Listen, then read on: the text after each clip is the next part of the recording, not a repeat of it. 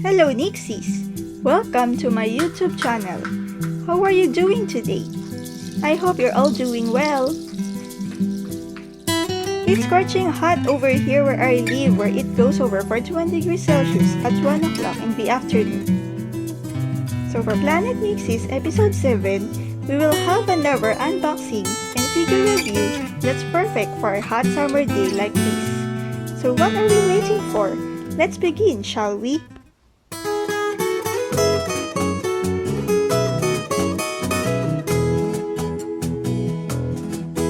Before we begin, please don't forget to click the subscribe button down below and follow me on the following websites. I hope to see you there!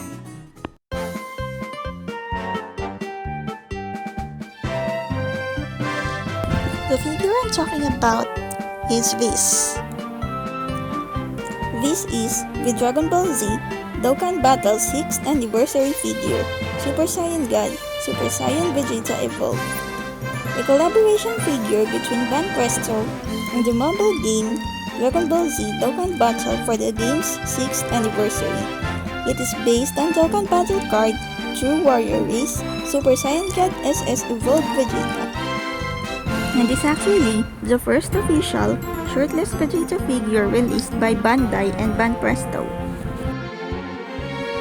On the front of the box, we see 5 logos that belong to Dragon Ball Super, the series where the card and figure was based on, Dragon Ball Z Dokkan Battle, where the figure was based on one of the game's cards, the 6th anniversary logo of the game, and the manufacturers, Van Presto and Bandai.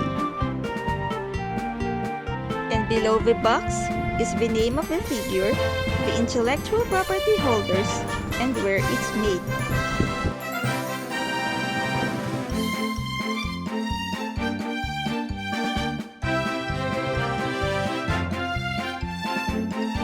This is the left side of the box. We see a close-up picture of the figure itself.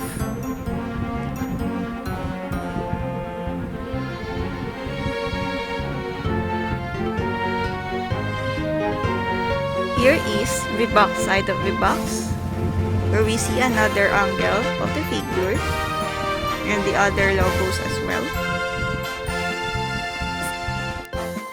And this is the right side of the box, where we see the original image that the figure was based upon.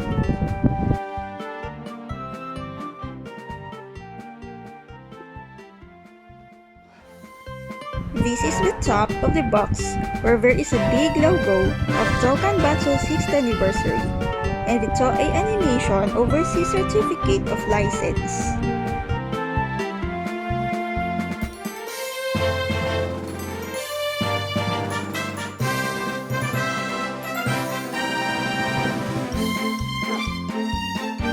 And at the bottom of the box are a few warnings, reminders, and other information such as the manufacturer, manufacturing date, and the distributor.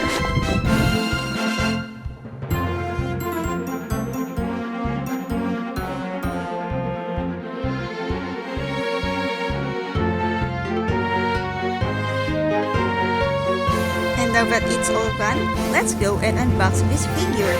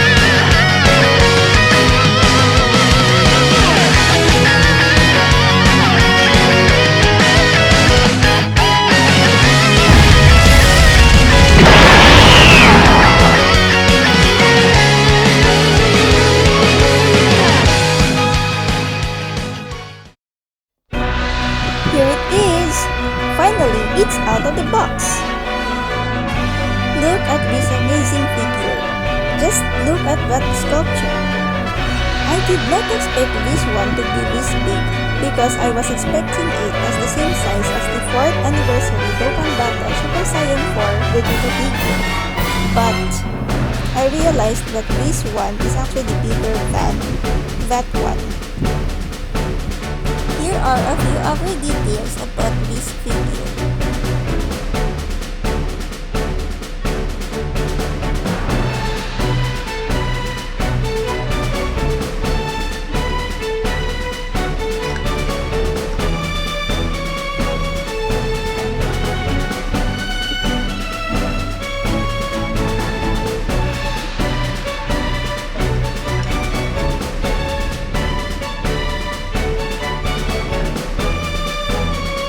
Let's take a closer look at this figure. Now let's take a good look at the close-up of his face, in which we could see the details on his eyes and the bulging vein on the left side of his forehead. Also take a look at the sculpture of his body. Look at the details of the muscles of his upper body.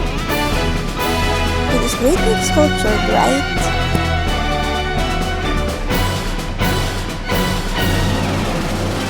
Now here is the figure in its full image. Here is another angle of the figure. I think this angle is good. And then another one.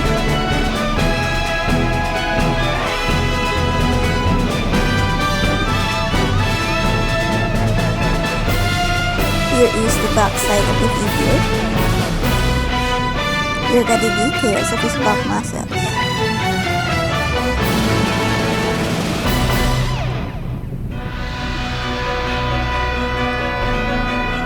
Here is the right side.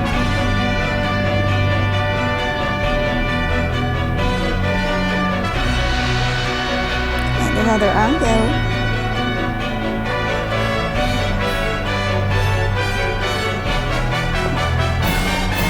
Here is the angle that's being shown and the box right here. Overall, I think this figure is a great one considering the details of his body. I think the only problem here is the face, but I don't have any other Shinka figure to compare with, so I guess it's okay. Since this is my first Shinka Vegeta figure, I don't have any other to compare it with but this one. The Dokkan Battle 4th Anniversary Super Saiyan 4 Vegeta figure that I got 2 years ago. As you can see, the 6th anniversary figure is bigger than the 4th anniversary one.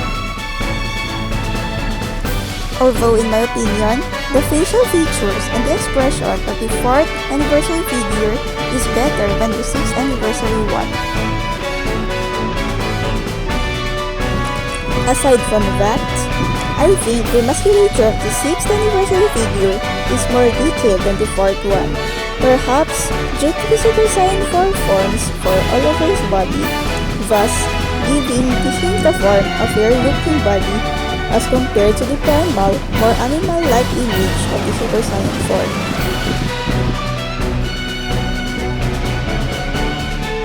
Another comparison that I need to make is with this one, the Ichiban Fuji Dokkan Battle Collaboration Ultimate Evolution Price C Super Saiyan Blue Vegeta figure that I received from Ed and Dallas.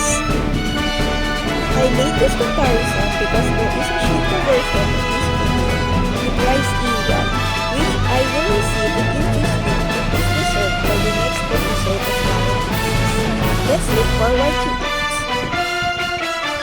Another reason why I compare these two figures is due to the fact that because they are posing in the fighting stance, they are both displayable in almost every angle. Check out the pictures that I took in here.